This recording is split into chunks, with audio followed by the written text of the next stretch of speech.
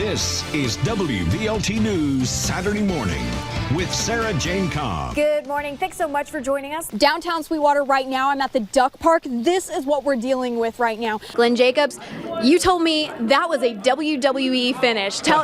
Elaborate on that. Crews in Claiborne County have a big problem to deal with, and this debris and these flooding waters is just the beginning. City Manager Michael Foster is mystified at what could have caused this fire. Now, behind me, you're going to see just how large this abandoned building is. He says there's no electricity and there's been rain here all week. That's what makes him think this was arson. Police say an officer shot a handgun and hit the suspect in his lower abdomen as well as his leg.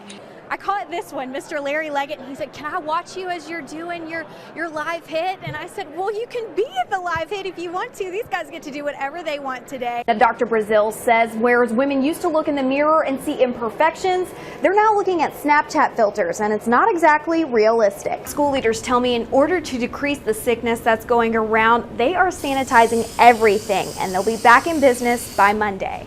Okay, 3, 2, 1. Come on, Wes. We've talked big about you.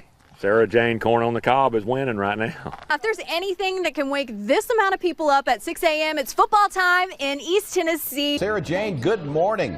You're right in. Good morning, guys. My mom says good morning, too. Look who's here. Sarah Jane, is that your mom? Now we're working quick. We're going to follow. Oh, we're going to have to keep up. Hurry, Chris. That's the #1 team in the nation, everybody, right here in South Knoxville off of Chapman Highway. As you mentioned, the top of the world community in Blount County is very rural, which makes this search extremely difficult. Crews were looking for 6-year-old Caden and perhaps his dog, and that's exactly what they found a couple hours ago, just a half-mile away from the place he calls home. Blount County Sheriff's deputies are calling this dog a hero. The dog was with him, yes. The dog actually growled at the rescuers when they approached Caden, so the dog is a protector.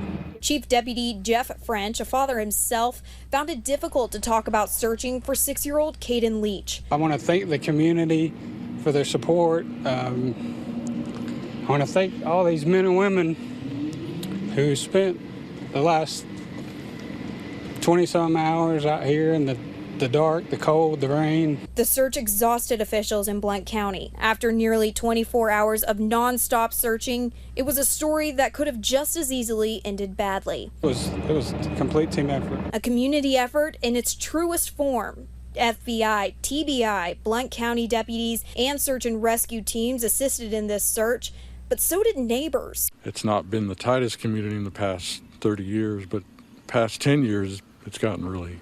So I'm just feeling more the love, the local people. Tim Massey believes tragedy and hurt can bring a community together. The Gatlinburg fires and then Walland, and we've become a fire-wise community up here, so I think it's just brought a lot of people together. Or in this case, a community can make a difference. Now down here, you'll see the city of Knoxville, and all of these are little hydrants. But as you come up into North and East Knox County, they start really spreading out, and the roads leading up to them can be pretty tight and curvy. As you can imagine, this is a big concern for firefighters in our area. 96% of homes in Knox County are within 2,000 feet of a fire hydrant, and that in itself is pretty far. The farther we go, just like your garden hose at home, the farther you go, the less pressure you have at the end. And what about the other 4%, the hundreds of people not within range? Jeff Bagwell with Rural Metro Fire says they need to haul water on site. But that's where our tankers are focused. If you go to East Knox County, to South Knox County, and then north, you have more tankers there than you do out predominantly west in Farragut. Farragut doesn't have a tanker. They don't need one. Fire hydrants in Knox County go hand in hand with updates and development. Darren Cardwell at Hallsdale Powell District Utility says if there are no people to use the water, it's wasted money and wasted maintenance. Water inside of a main pipe will actually, if you don't keep it fresh, will do the same thing. It'll start deteriorating. So you have to keep the water fresh. But for firefighters, nothing is worse than fighting flames and running out of water. You get a good knockdown on a fire, you battle the fire back, and then you run out of water. because you don't have that second truck or that third truck, and then you have to wait on the water supply to get there. That's exactly what firefighters have seen this year. More and more houses falling into that 4%, some about a mile away from a fire hydrant. Utility districts say their job is to provide water to people, not to firefighters. The main priority is drinking water first, but we do have, if you put fire hydrants out there, we have to provide the proper fire flow. But as East Tennessee and North Knox County develops, so will its water systems. The more development, the more fire hydrants. That's going to happen. It has to. Bagwell says while they're waiting for more water, fire only intensifies, doubling every 2 minutes. The tail of the dragon, known for its hairpin turns and gorgeous views, welcoming the rest of the world to the beauty of East Tennessee. I've seen people from Japan, Australia, all over Europe, and of course we get a lot from Canada, Mexico, and all over the United States. But Lieutenant Randy Ailey says danger is a main attraction. That's what draws a lot of people. It's advertised as one of the most dangerous roads in the world. Because of that, there's a balance. We want to keep people safe without running people off. Although it's free to ride, Jeff Muir at Blunt Partnerships says the Dragon brings in countless tourism dollars. It's a nice isolated road, and so if you're going to ride it, you're going to stay here in Blount County and enjoy the scenery of the national park just in Townsend as well. We like having the tourism, we like seeing the people, but we hate working the fatalities. According to the Blount County Sheriff's Office, an average of 3 people die on the road each year. That rate has stayed about the same since 2002, but each year deputies learn more and more about how to patrol this road, bringing down the number of crashes. In certain months, we know that we're going to have more tourists, and we increase the patrols. Instead of doing 4 days a week, we may do 7 days a week. And on holidays, instead of having 2 officers up there, we may have 3 or 4 up there. And over the last couple of years, it's really seemed to make an impact on reducing the total number of crashes. On a good day, it can take Blount County Rescue Squad members upwards of 35 minutes to get up to the Dragon. But they are also working to bring that response time down. We will post a truck up here on the weekend, Saturday and Sunday, from about 10 until 6 to be able to do quick response and dramatically cut down on that response time for EMS. A lack of communication also poses a threat. Spotty cell phone service makes it difficult for first responders to actually locate a crash. But TDOT recently implemented these half-mile markers to make a quicker response time. By putting up signage, pavement markings, some of those drop-off areas, just some of those extra safety measures we feel have made that a safer roadway. And we have not had as many crashes, I don't believe, in recent years than maybe we had, 10 years ago. It's a combination of all these things that contribute to the decrease in crashes.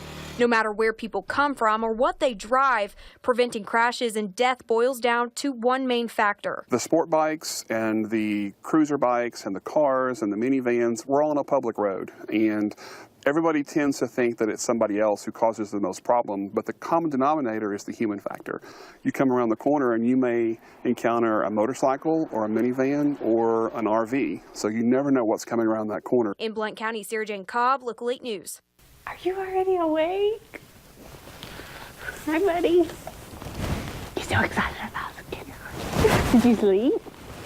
Some are more ready than others for their first day of school ever. Are you a little nervous about school today? Nope. The Bergbeck family is no exception. It's just a big day, huh? You got one big day. Catherine's 5-year-old twins are perhaps more ready than she is. I think waking them up and them having a big smile on their face just kind of sets the tone for the whole day. It's more than packing lunch, picking outfits, and fixing hair. Because I work from home a lot, it's just been easy for me to just keep them home whenever I feel like it. No, we can't do that anymore. For Catherine, it's a lifestyle change. All right. It counts for their school. We're just a part of the school system now, so it just feels bigger. I don't know if I can put that even into words. And while there's a lot of excitement, there can also be a lot of nerves. Aw, y'all are so cute. They are so ready. They're gonna be 6 in October, so they're even on the older side of things. So them having a big smile and just ready to go, being so excited, I think kind of puts me at ease even a little bit too. Crazy how days and moments like this sneak up on you. There's the playground! Like, what is it that Grammy said to you right before we left? Today is my day. I will be loving, gentle, and kind. And just like that, another first is gone. Looks like she's waiting on you. In Clinton, Sarah Jane Cobb, WVLT News. Can you say go cats? Finney, a dog of Instagram, is making his way towards fame. His biggest attraction? He loves cats. That's right, this dog loves the Kentucky Wildcats. He loves Bam Adebayo. I believe that's his favorite player is Bam. His owner and handler, Earl Moore, says Finney is only 2 years old and he's got a personality to match. Finney's got a very friendly nature. He thinks everyone's supposed to be his friend. He wants to meet everybody. He knows when it's time to play. Playtime, he goes wild. He loves fetch. That's his game, any ball. And when it's time to work. He goes into a different mode when he is in a nursing home, in a school. He knows it's his work time. Finney also serves as a love on a leash therapy dog. Do you make friends everywhere, Finney? Yes, sir. You could find him with some of his fellow Wildcat fans at Riverview Healthcare Thursday. Listen, this bunch literally bleeds blue. Administrator Missy Allen says Finney is perfect for this job. And he's such a beautiful dog. And he is so smart and just so good with the elders. They just love him. He's washing my hands. These residents say they already have an upper hand on Friday's opponent. Yeah, we've got Finney on our side. Boosting confidence and spirits. He likes being a dog, but he loves cats. In Floyd County, Sarah Anderson, WYMT Mountain News.